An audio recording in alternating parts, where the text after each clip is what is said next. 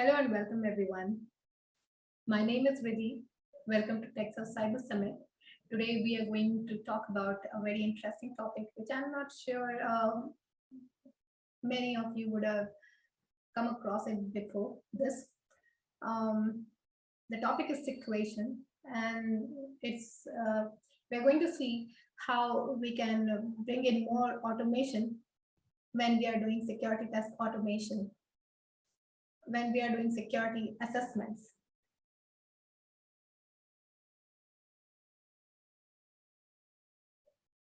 So Sequation is short for security testing automation. Um, I am ready. I started my career as a quality test engineer. Then I moved into automation, test automation. I worked as a Scrum Master. And then finally, from past 4 years, I am working as security analyst. And currently, I'm working as security analyst consultant at a company called Arogya. I am also very active with in doing community work. So I have been chapter leader for Null Bangalore chapter. Null is an open source community uh, for security enthusiasts. And currently, I am a volunteer for Vinja community. Vinja Vinja does capture the flag events, and we have another capture the flag event coming very soon. So I'm also involved with Vinja community. I have been speaker trainer at various security conferences like Visa, ISCOCON, NULCON, HITV, ISC2. Um, and yeah, that's about me. About this talk, now what am I trying to solve by talking about situation? Now, when I started my career as a security test engineer, I realized that tools are important, very important, but tools are not sufficient in themselves. There is manual intervention, which is absolutely necessary, but tools play a very important role. But again, there is no single tool which we can just use it and say, this, if I use this single tool, that is enough. We have to learn about different tools and we have to use them in depending on different scenarios. I always love to have more control on any kind of work that I do. So whenever I was doing security assessment, I felt uh, I always had this automation mindset, and I am always looking for opportunities where I can do some kind of automation and make my life easier. Because I'm kind of a little bit lazy when it comes to doing the same thing again and again. I don't feel like doing the same thing over and over again. So anything which I feel is taking too much of time and effort, and it is a no-brainer. I have that instinct to automate it. And when I started my career as security analyst, realized that there are a lot of things that can be automated, and I can uh, I can save time to do the interesting things, like researching about a vulnerability and trying to launch attacks and see if my target application is vulnerable or not. So this equation is my attempt to bring in some efficiency for all the security analysts out there. And because I haven't seen many people doing automation, many security analysts doing automation, and I feel automation is something which can be done by anybody and everybody. And with the introduction of robot framework, I truly believe that uh, this is possible, really possible, because robot framework makes it very easy to for even a beginner to get started with automation and using Selenium. Using Selenium without robot framework could be a little tedious, and could might not feel that interesting. But with robot framework, it becomes using Selenium becomes very simple, very easy, and very interesting. So before we get into more details, a little bit about what is a security vulnerability. According to me, what I have seen, and I feel if we can just put checks on a server, and what kind of checks? Checks wherein server is in a position to distinguish between user data and actual code which has been written by the developer. So if developers can take care of that they can reliably distinguish between user data and the code written by the application developer, then most of the security vulnerabilities can be very easily taken care of. Security vulnerabilities mostly exist when server confuses user data and it interprets in unintended ways. It interprets the user data in unintended ways. That's when most of the security issues happen. Now, in a standard security testing approach, there are certain steps. These are all according to my own, obviously.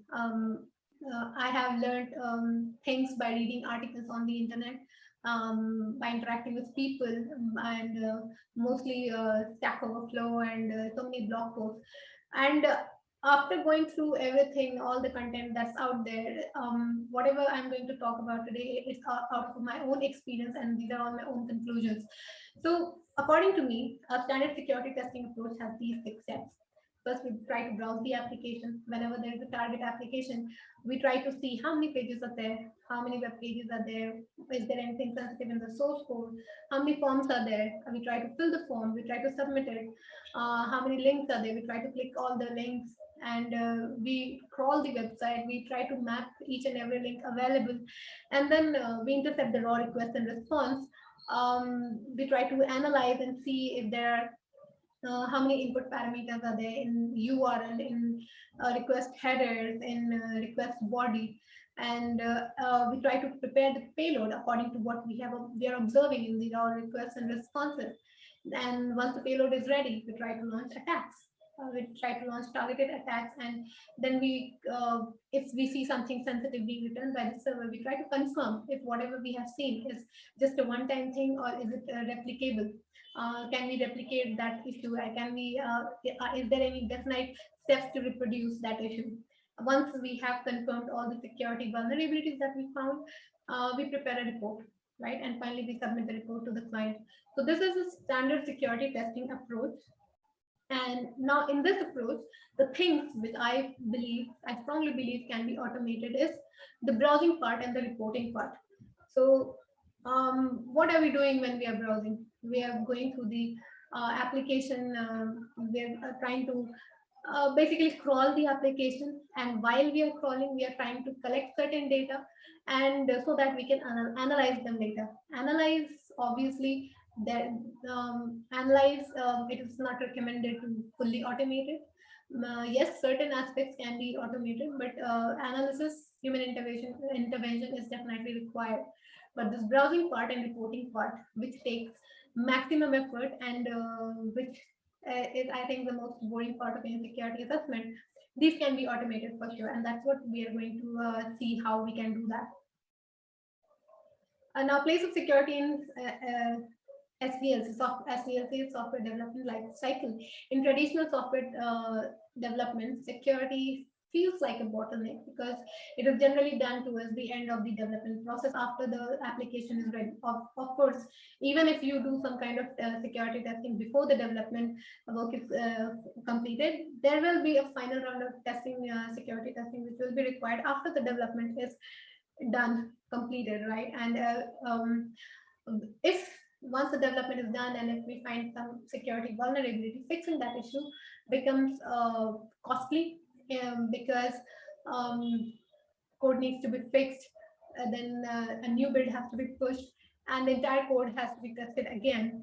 Functional testing needs to be done, and security testing needs to be done again. So it becomes very costly. It will always be a good thing if we can somehow make the process more efficient and try to find maximum issues while development is in progress. So how does penetration testing work in DevSecOps? Mostly when we say talk about DevSecOps, we most people are referring to vulnerability scanning by using several tools. So there are several tools, vulnerability scanners, which can be integrated and made part of your CI/CD pipeline. But what I am going to talk about is nothing close to vulnerability scanning. we can use these in parallel. There's no disruption of the existing process, but it's only an addition. So we can still run vulnerability scanners, and we can go through, try to identify which are false positives, which are false negatives. That is a separate thing. But when I say situation and when I talk about robot framework, it is more to, because even if we do vulnerability scanning, there is a proper pen testing which is still required and which will be done. So what I am going to talk about is how are we going to make this pen testing process easier. When I'm going to do a vulnerability assessment or pen testing of a web application, target web application, I'm going to do some kind of automation. And if this automation process can, whatever scripts I'm going to write, this can be made a part of the CI/CD pipeline. So the output can be achieved every time a new build is pushed, and this output can then be given to the security analysts for further analysis, right? Um,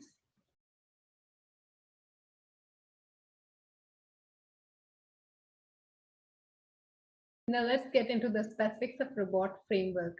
So what can we do using this robot framework? Now, robot framework can not only help you in automating anything that you do with a browser, but it can also automate tasks that you do using a CLI, command line interface, or anything that you do with your database, anything that you do with your emails, anything that any type of command that we run on our machine and on our system, uh, we can automate all such activities using robot framework very easily.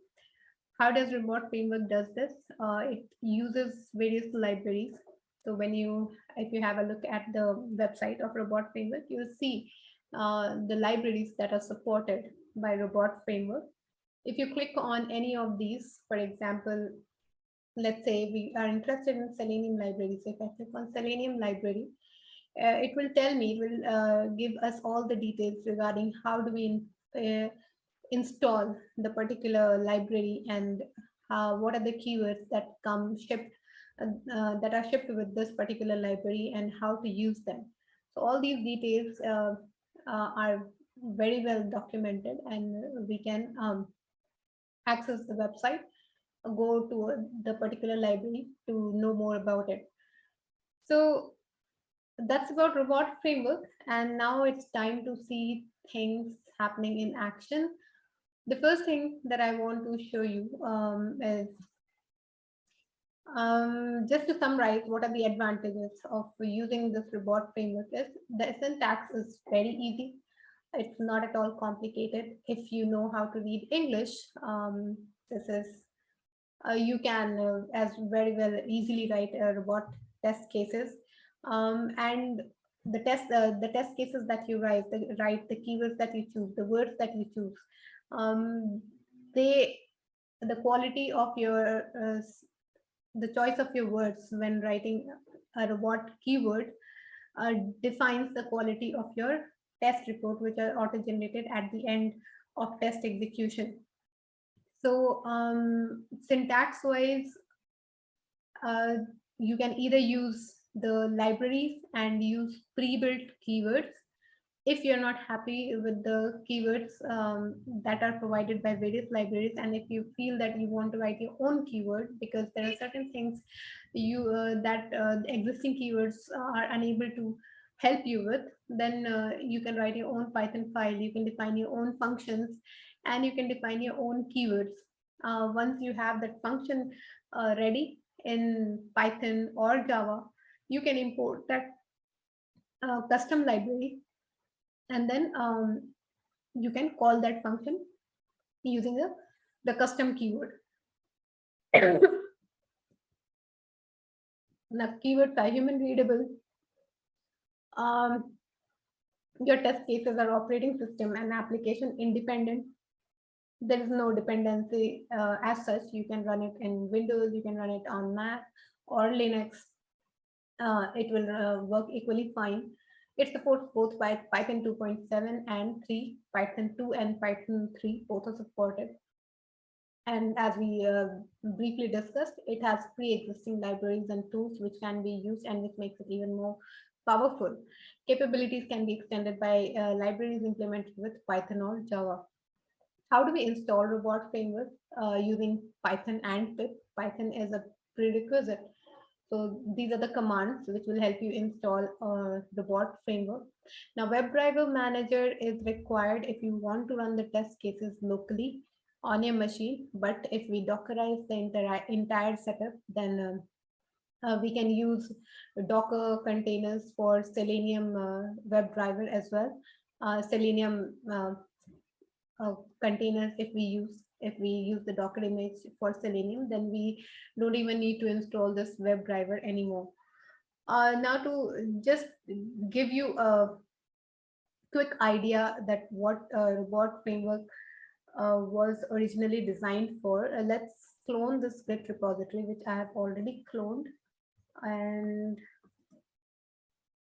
it is here in web demo. So the just to give you an idea, this has been taken from the official documentation of robot framework. This example has been picked from there. So if I clone the script repository, there is a code which is available. There is a server which we need to start. So we have to start the server by running this particular command in this folder. So if I do Python demo app server.py, a server starts running. Next thing that we have to do is, now that the server is running, we need to confirm if the server is up and running as expected by going to localhost 7272. So 127.72. This is the sample web application where robot test cases are going to be run. What do we have to do next? We have to trigger the automated test execution by running this command. And we need to go to the right folder. Before we run this robot login test command, let's just run this command and see what happens. So robot is the keyword to trigger robot test case execution, and login test is the name of the folder where my tests are defined. So you see there are certain tests which are being executed. Valid login test case got executed successfully. The test status is pass. And then some other test case execution has started. Looks like invalid login is being tested. And yes, if we see here in it, the other tests that were executed were invalid username, invalid password, and invalid username and password, empty username, empty password. So various types of tests are being executed. Let the test and the test execution has completed. The final report has been generated in this path. If we go to this path, we'll be able to access the report. So in the browser itself, we can navigate to this local path and open the HTML file locally to see the report. So if we see, there are 3 test cases that have been executed. One is Gherkin login, invalid login, valid login. What is Gherkin? Gherkin is a language. It's a way of writing test cases so that by reading, it's very clear what is the objective of the test case. And it's written in a format of given, when, and then.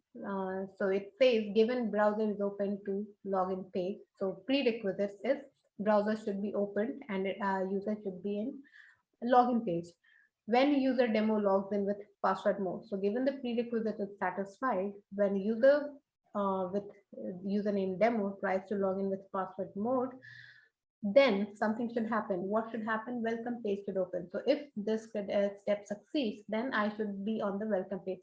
If any of the step fails, then this test case will fail. So that is the overview of how robot test case execution works. Now, and how the report is generated. Now we need to, now we'll get into a bit more details of what are keywords, what are test cases. So in robot framework, there are some basic elements of robot framework which we do need to understand. And these elements are variables, keywords, test cases, and report and log. We had a look at the report and log, how it is generated. What are variables? Variables are, there are I can have a single report file, and in there I can have sections. So if I define a section with 3 stars, I write variables 3 star. This, anything under this um, becomes a variable. So I can define variables only under variable section. I can define keywords only under keyword section. I can define test cases under test cases section. Now variables I are always defined by in this format. So I will have a dollar symbol, and within curly braces I'll give the name of the variable, a single space followed by a single space, and equal to sign, and followed by 2 spaces at least. There can be more spaces, but not less than 2 spaces.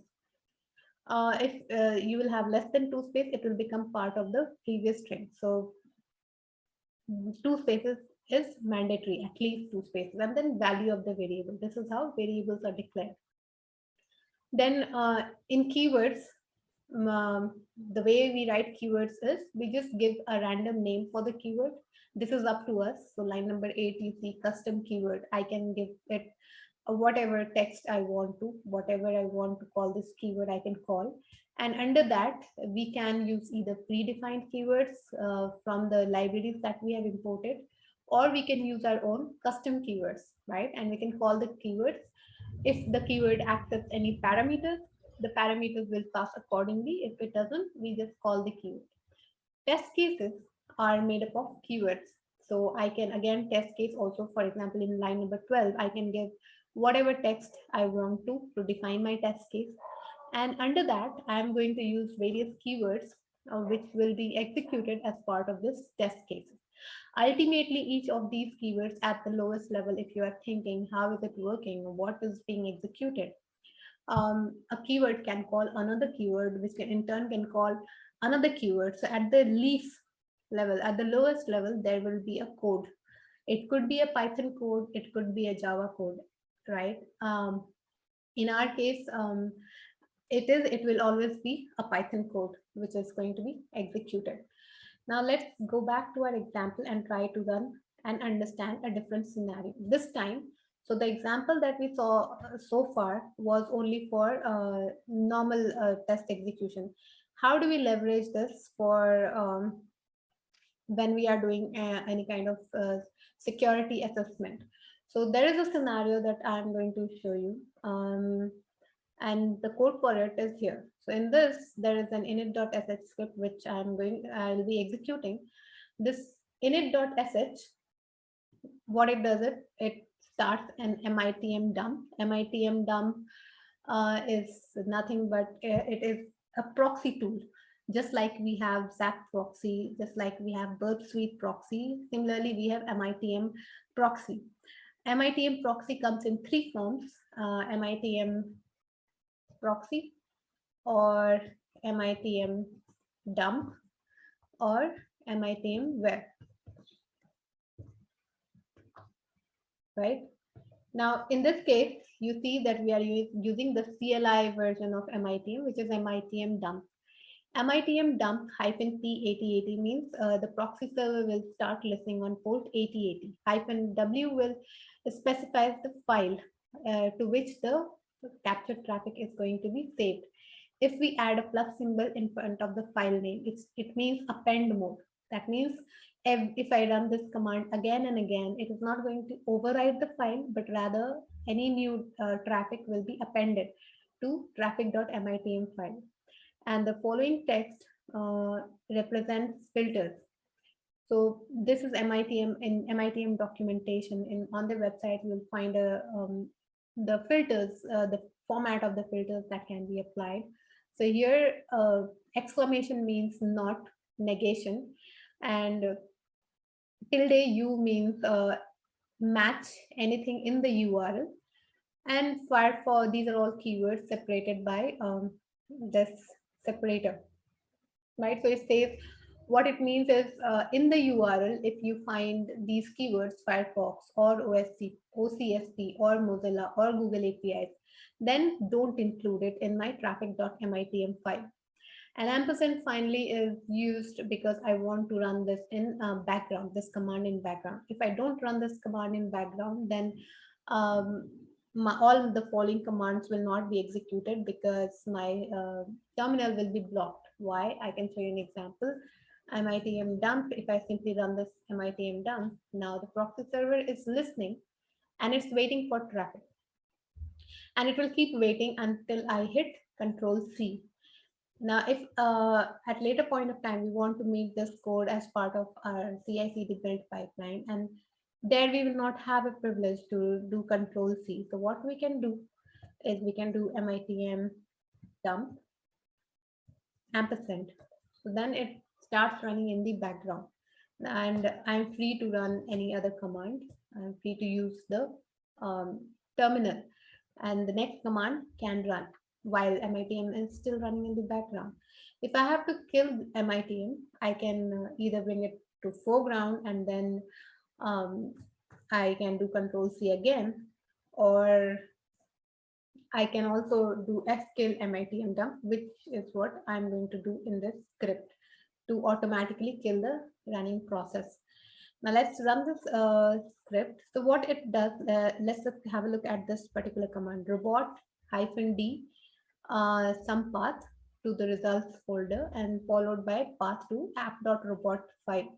What this means is -d specifies the output folder where the HTML report files will be generated.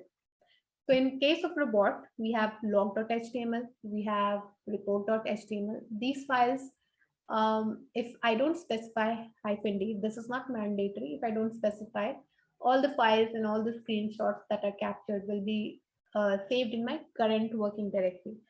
Because we want to organize things, we don't want to clutter our current working directory, we use -d and we specify the folder in which we want to redirect all the report files. So this is the path we give. And then the last thing is we want to specify either a specific file or a folder containing a set of robot files. If we specify a folder name, then all robot files will be picked up and any test case defined under those files will be executed. If we specify only one specific file, then only that test case defined in that particular file will be executed. Now, in this case, we are saying go to the tests folder and go to app.robot. What is there in app.robot? In app.robot, we have settings and test cases. We haven't defined variables and keywords in this because we are following a folder structure. And in test folder, we just have test cases and settings. Settings, we are importing keywords from different files. So all the keywords are defined in app.robot and common.robot. In this test case, we have a template.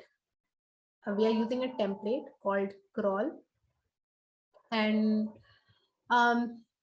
this crawl, let's have a look at what's happening in the crawl. So where is crawl? It is in the app.robot file. So here is my crawl keyword. Crawl keyword is taking two arguments, target URL and target domain, which you saw here. So this is the target URL and this is the target domain. These are being passed to the crawl keyword. Then we are resetting some global parameters before we start the test, setting the target domain. We are crawling and then finally we are printing the crawl status. Now what is happening as part of crawling is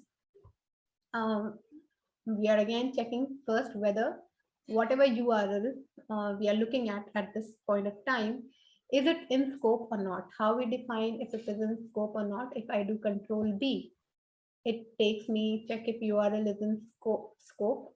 So I am doing, I'm just matching the domain in what is the in scope domain and whatever is my current URL, whether the domain is matching or not. That's all. Once I know whether the URL is in scope or not. So um, if this returns true, then is in scope will be true, otherwise it will be false. Again, next Boolean variable, I'm assigning it value depending on check if URL has been visited already or not. So first I'm checking whether URL is in scope. Next, I'm checking if URL has been visited already or not. If the URL is in scope and if it has not been visited already, then I'm going to visit that URL. We are going to visit that URL. We are going to print all unique links in the current page, and we are going to make a list of links that have not yet been visited even once. And recursively, we are going to crawl to linked pages unless either no links are found or we have reached the limit or depth. So I have defined crawl depth as 2. So if either of these two conditions are reached, I stop crawling. Now visit target URL is where most of the logic is happening. So in this, I go to the target URL and I append this. Once I have visited a URL, I'm appending to a global variable visited links. And this is how you set a global variable. So I append I could this visited links. This is a list. If you see how where it has been defined, I do Control B, and using this symbol @ symbol. This is how lists are defined. Initially, it is empty, but gradually values are being added to the list. So that's what we are doing. We are going to we append the currently visited URL to visited link list, and then we are updating the value of the global variable visited link. Then we are doing now that we have visited this URL and it is open in my web browser, we are trying to extract certain information from the page. The first thing that we do is grab forms on current URL. Now, what is this grab form doing? In grab form, if you see, it is taking me to this reconnaissance.py, which is under custom libraries. And this is a Python function. Now, I didn't find any such feature defined in the existing keywords of Selenium library.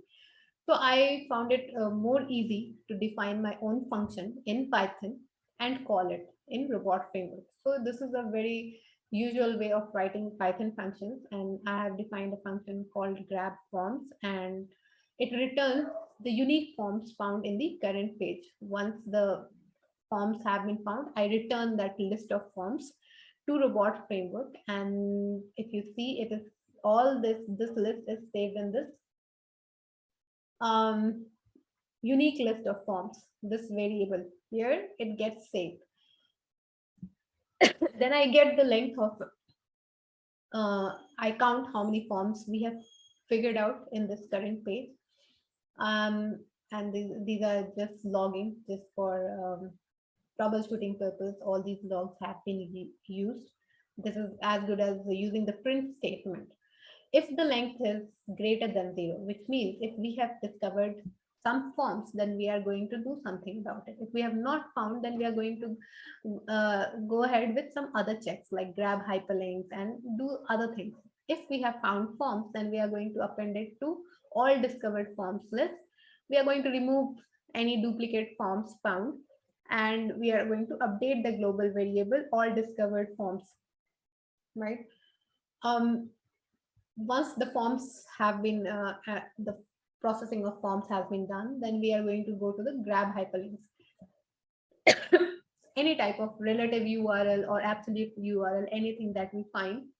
Now, robot framework has a keyword, existing keyword, which allows you to get links, but then that was not serving the purpose. The way it works, it tries to look for ID, ID field attribute in all the A elements, right? In the link elements, it tries to look for ID. If ID is missing, then it is unable to identify the links properly.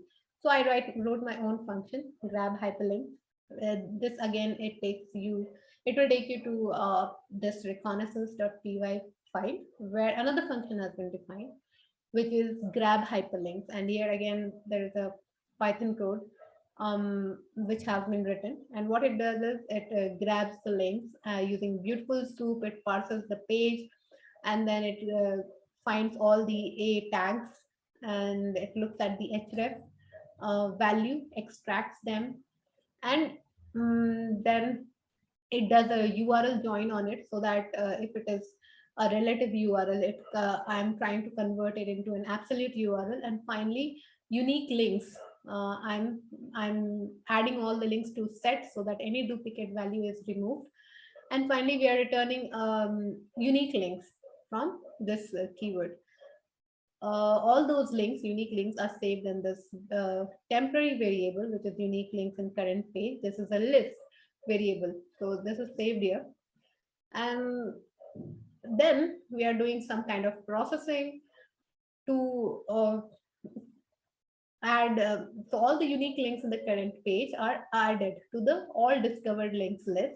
Then we are removing the duplicates, and we are updating the global variable, so that global variables can be accessed from all pages, right? So at the end, we want our global variable, when it's time to print the results, we want our global variables to be up to date with the latest information. That's the reason whenever we are doing some processing, we are updating the global variable.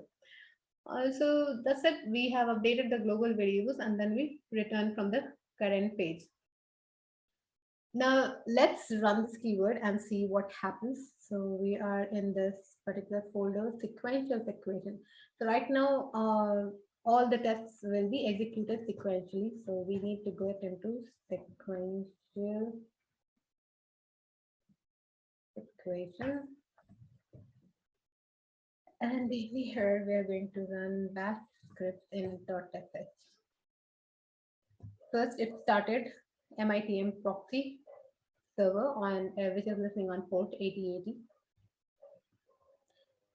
And then it's waiting for the test execution to begin. Now there is something which I didn't discuss, and I want to discuss about it. Is so you see the web browser, or a new instance has opened up, and it navigated to the first URL, and it's trying to extract the forms, it's trying to extract the hyperlinks and saving them and going to the next link. Meantime, while it is executing, I want to show you what's happening in the settings. So we have two other things called as sweep setup and sweep teardown. Sweep setup, and we also have something known as test setup and test teardown. So sweep setup means that if we have, say, more than one test cases, and right, we have more than one test cases, some keywords are defined. So for each test case, this particular keyword will not be executed for each test case, but once for each test suite. This entire file is considered as one test suite. So at the beginning of this suite, before any test case is executed, this particular keyword will be executed, which is begin web assessment. So if you get into this, it says it's opening a browser with a particular file, Firefox profile directory. Now, if you want to see what this open browser is, now this is a built-in keyword. And if I do Control D on it, it takes you to the definition. And it also gives you an example, sample usage, how you can use it. So here it's saying that there are various options which can be set. These are not mandatory, but there are optional parameters also which can be passed. So if you see a browser, what all in the browser parameter, what all values can be passed. So I can say Firefox or FF to open a Firefox browser. I can say Google Chrome or GC to open a Google Chrome browser. So I can choose what type of browser I want to open, right? And about blank is that if I want, I can specify a URL here, but at this point, I'm just saying start a browser, but don't navigate to any specific URL, just open a blank page. Then maximize the browser window. We are setting the Selenium speed. If we want to delay it, if we want to make it slower, then we can increase this number.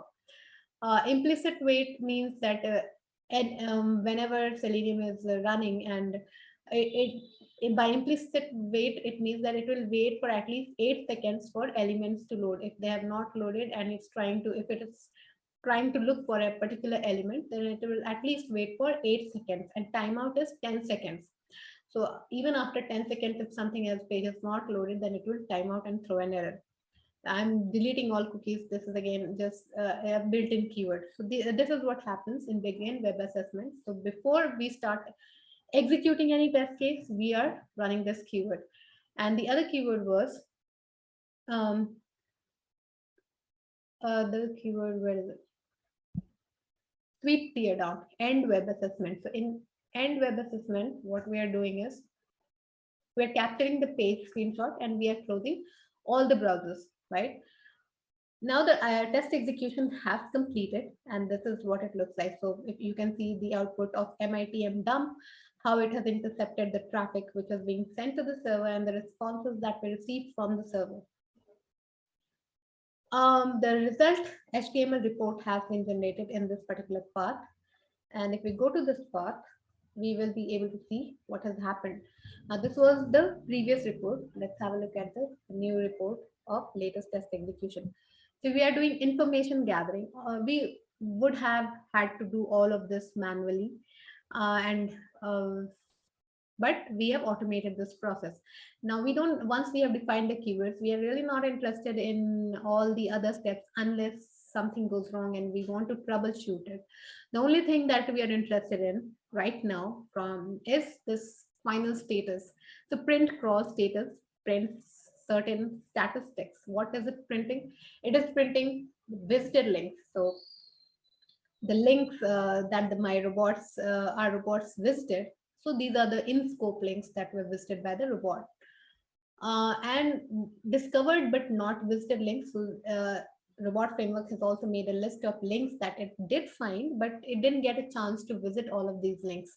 So for our reference, it has listed down all these 297 links which were discovered, unique links. They are all unique links, which have been discovered, but it has not visited. So just by having a look at the list of links also, there are a lot of inferences that we can make.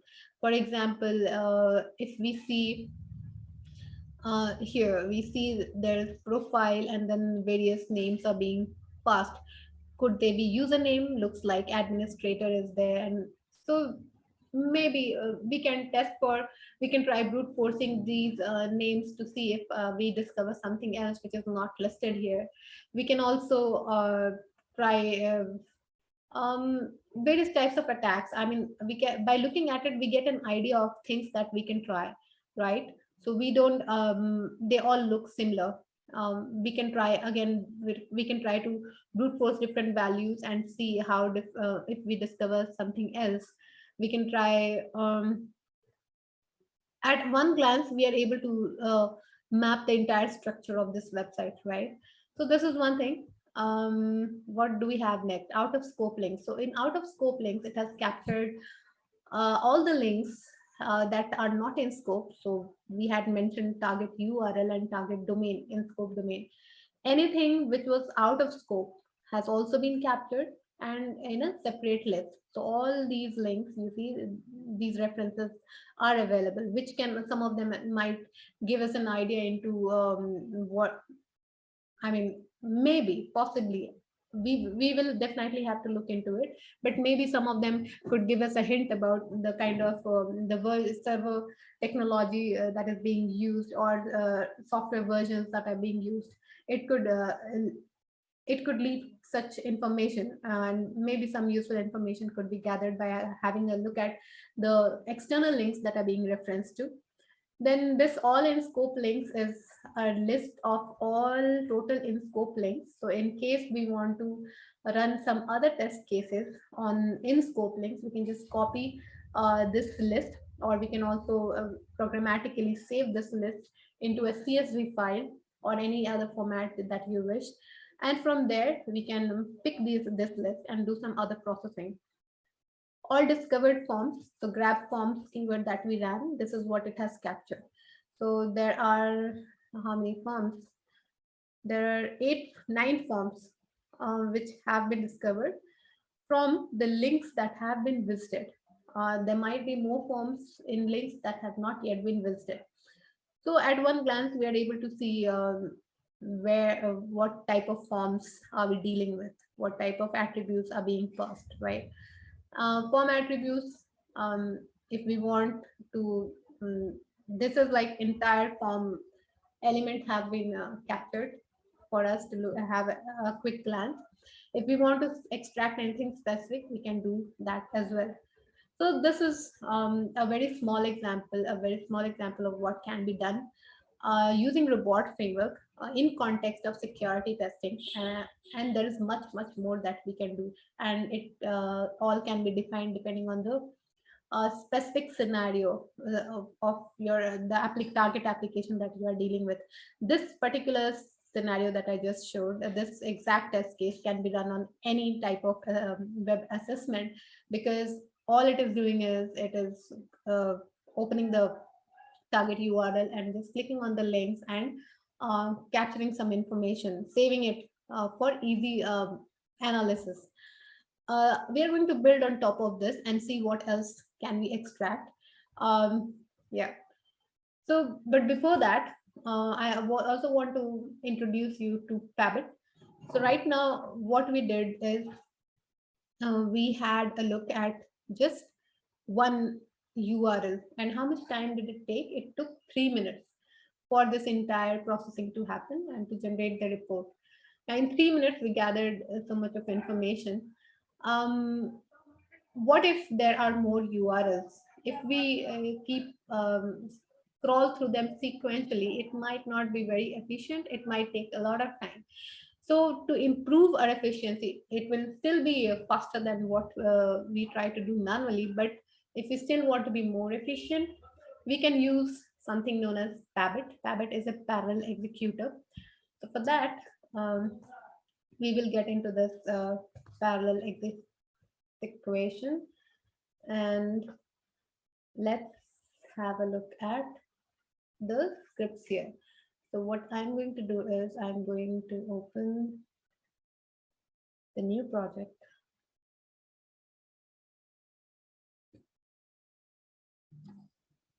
Which is parallel equation, this window.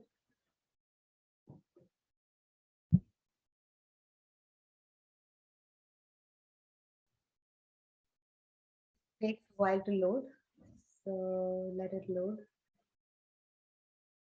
Now in here, you see there are two folders. One is crawl and one is deep crawl. Now in crawl, we instead of just app.robot, we have app1.robot, app2.robot.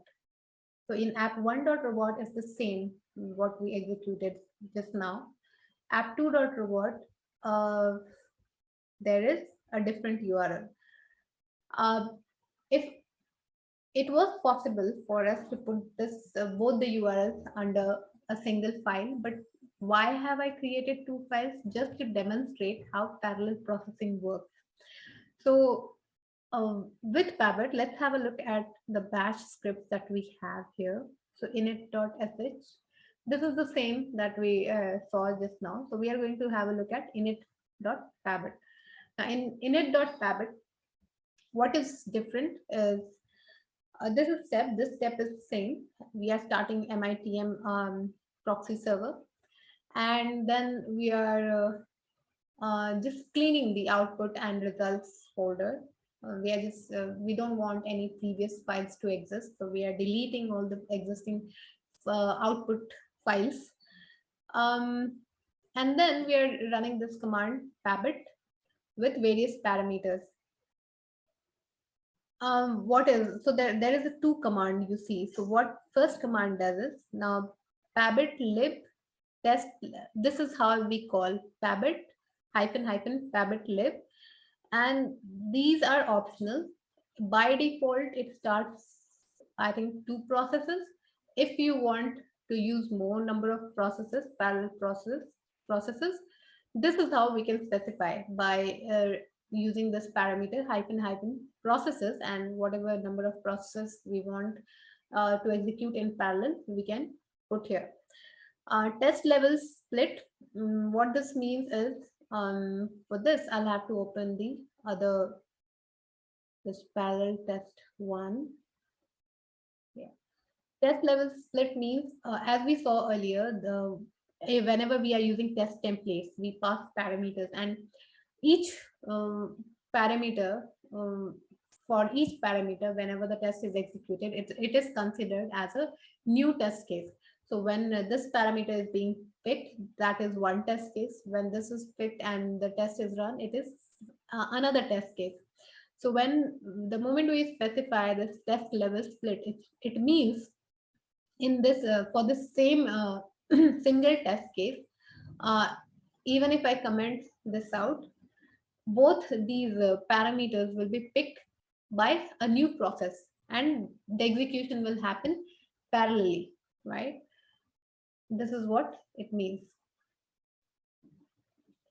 So then hyphen D is again, it is specifying the output folder. Now, if we don't specify a different output folder, our results will be overwritten. We don't want to overwrite our results because we are running Pabit twice for different tests, and there is a dependency. So output of the first test will be consumed by the second test. So here we are specifying the out results folder as results scroll, and in the second one we are saying results explore. And then we are specifying what are we trying to execute. The test specified under crawl folder, that's what we are executing first. And the next one we are doing deep crawl, which means the test under deep crawl folder, they will be executed next. Now, to tell you what is happening in the first one is we are giving a starting point, we are giving a target URL, and what we saw just now, the first test case will gather all in scope URLs. It will crawl through pages, and it will try to find all the links that it could find, and it will make a list of in scope URLs. Once that list is ready, it will export it to a CSV file, and that CSV file will then be consumed by this other test case. So it will become input for this test execution scenario. And here what it will do is it will pick each of the URL from the list, and it will do some more further processing on individual URLs, and it will give us a report for the same. To give you an understanding of, let's say, let's see what is in app.robot is scroll, and in parallel test.robot, what do we have? We have deep crawl individual in scope URLs. So where is it defined? It is again defined under resources app. And here it is.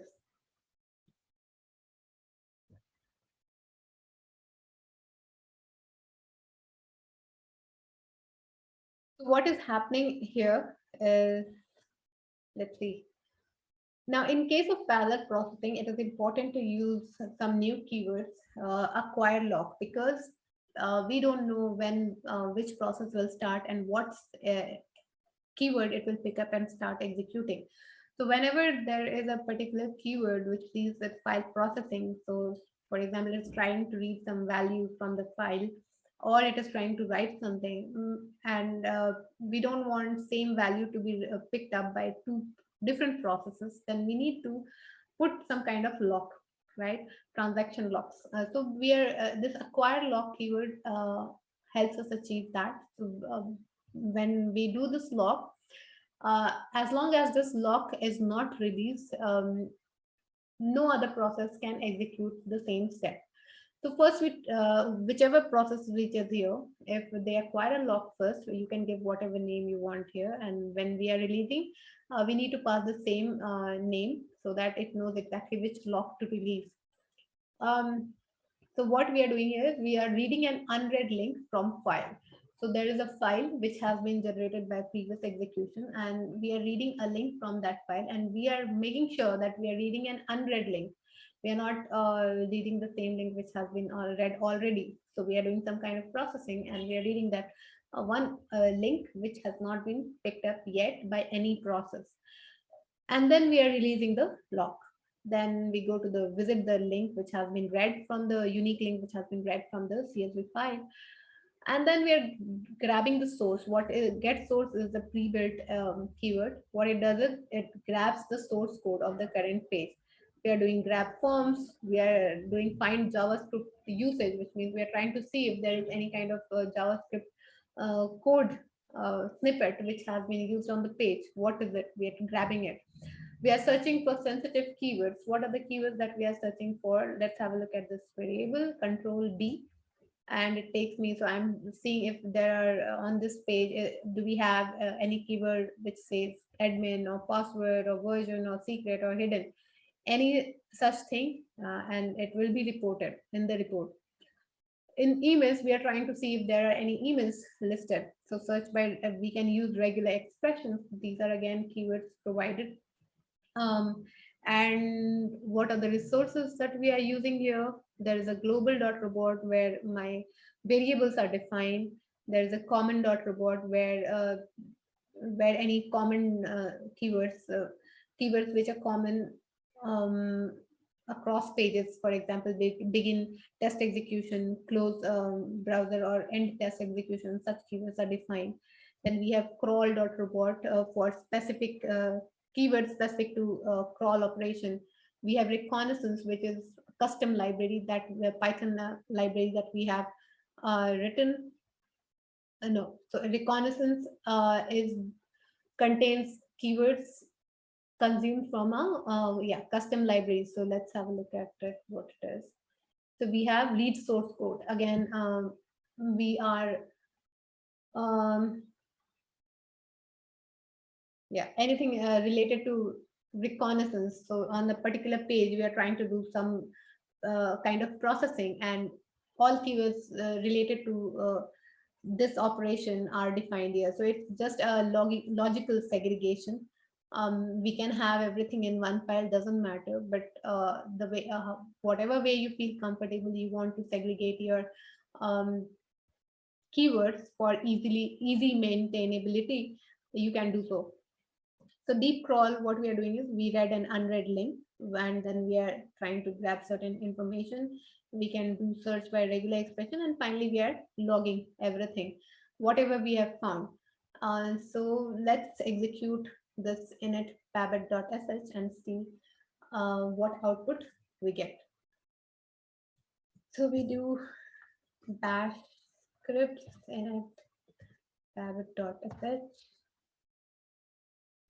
And if you see, two parallel processes have been started, app1 and app2. So crawl app1, crawl.app2 information gathering. What is it?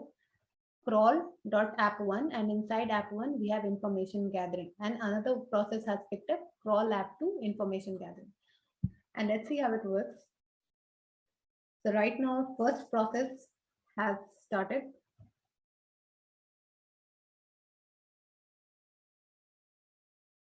And it has picked the first target URL, and very shortly you'll see another process will also start, and which will process different URL.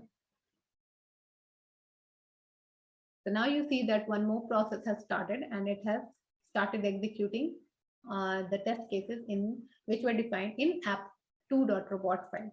Right now, the parallel execution is happening. And you can also see that MITM proxy is capturing the traffic from both this endpoints. So both websites are being visited parallelly, and all the traffic from both of them are being captured by MITM dump. So I'm going to pause here, and once it is done, we are going to take a look at it.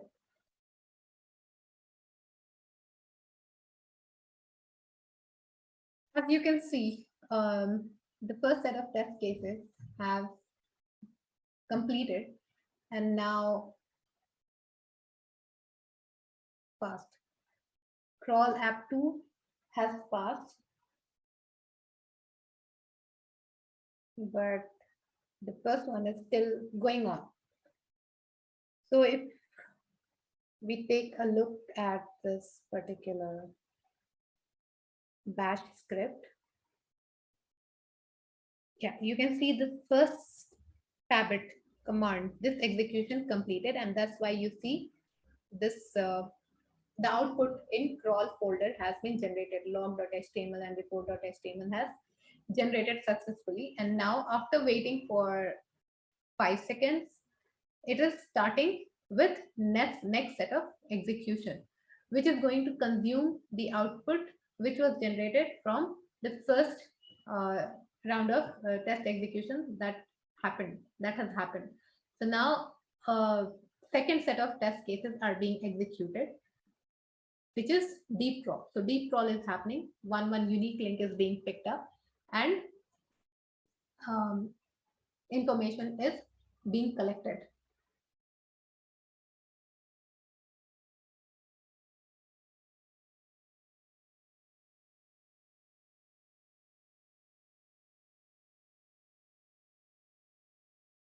Now the test execution is complete, and we have two set of reports which are generated. And if you see total testing time and elapsed time, so this is only for the second, not the total in the sense. Let's open this particular output and we'll get to know more.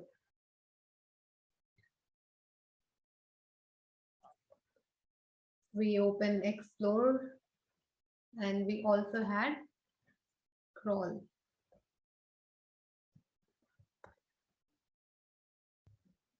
Now crawl took 3 minutes 32 seconds, and deep crawl took 1 minute 35 seconds.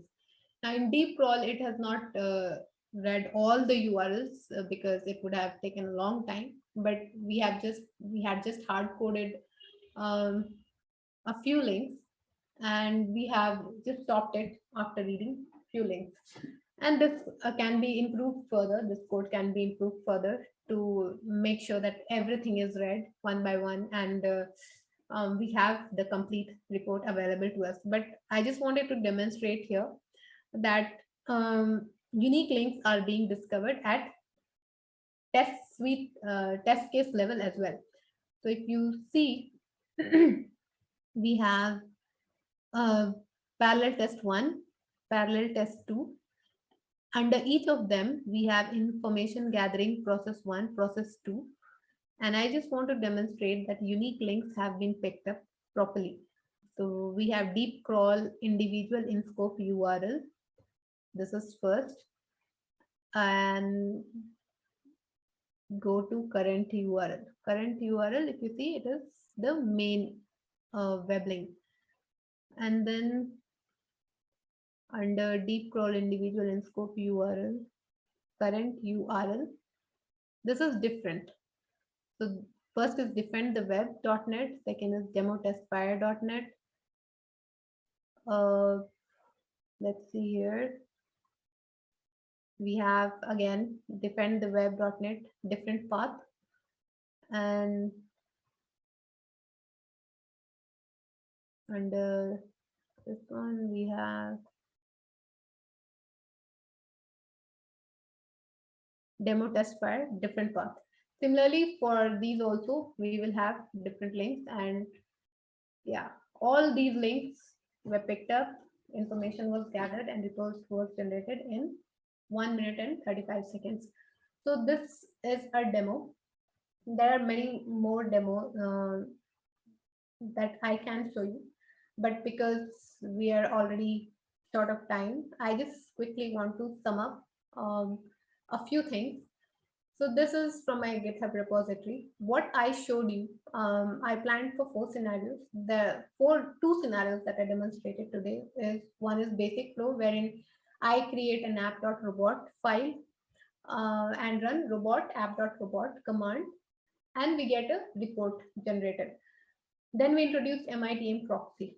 So when we introduced MITM proxy, we run a bash script which triggers the execution of robot test cases, and it also intercepts the traffic and saves the intercepted requests and responses to traffic.mitm file. And finally, we also get a log generated, log.html report generated. So all we need to do is look at the logs, look at the report, and see what information has been gathered, look at the MITM report, and see what raw requests and responses have been captured. Now, and then we continue our analysis from there. Now, two other scenarios that I didn't discuss in detail include that we can Dockerize this entire thing. So I was mentioning about CI/CD pipelines. So in order to do that, we have to Dockerize the entire setup so that there is no dependency on your local machine. There is no software that you need to install locally. And just by doing a Docker compose up, the entire infrastructure and everything starts and your test executes, and you just get the output on your local machine via volume mapping. So this is now the main thing has been completed here. The next two scenarios, it's all about how to benefit from the CI/CD process, how to make a robot framework test cases part of CI/CD process. And then the last part section, we can also introduce Jenkins and GitHub. So how do we can write a Jenkins file, and in GitHub repository, if we just make any changes to the robot test cases or any kind of changes we do, and we just push it to our GitHub repo, a Jenkins build will be triggered, and all the tests will be executed. Reports will be generated, and reports will be pushed to an S3 bucket. And this report will be available via CloudFront URL. This CloudFront URL we protect using Lambda Edge function. So we put basic authentication. We can also put this other types of authentication, Cognito, AWS Cognito authentication also we can put in place. So whatever type of authentication you want to put in place, we can do so using Lambda Edge function, and we can protect our reports so that not our reports are, because they will have sensitive information, it's not available publicly. So these are this is what we can do with robot framework. I truly believe it's very powerful, and I hope, I feel that it hasn't been explored much, and even and because of its integration with Python, I feel the benefits are the potential is just there's too much of potential and untapped potential, and I feel all of you should definitely give it a try. Try try playing around with robot framework. It's not very difficult. It's easy. If you spend some amount of time, I think you will get a hang of it and you'll get comfortable with it. So that's all I had for this talk. Thank you, and I hope all of you will try building something interesting and share with all of us. Thank you, everyone.